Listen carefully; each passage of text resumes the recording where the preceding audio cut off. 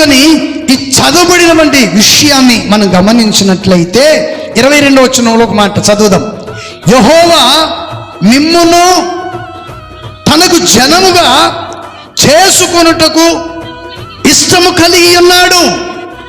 తన ఘనమైన నామమును నిమిత్తము తన జనులను ఆయన ఇప్పటికి కూడా ప్రైజ్ ద లార్డ్. ఇప్పుడు ఇక్కడ కూర్చున్న మనం అందరము దేవునికి చెప్పాలి గట్టిగా, దేవునికి మనము ఇష్టలైన వారము.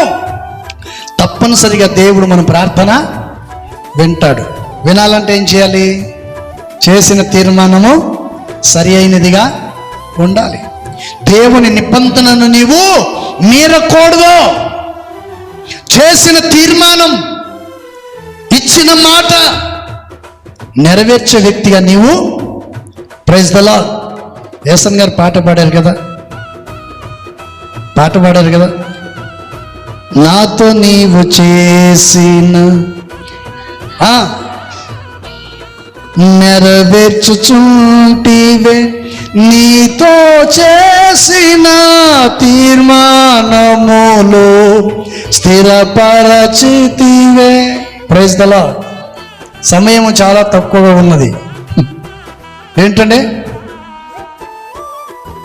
మనం దేవునితో చేసిన వంటి తీర్మానాన్ని దేవుడు స్థిరపరుస్తాడు.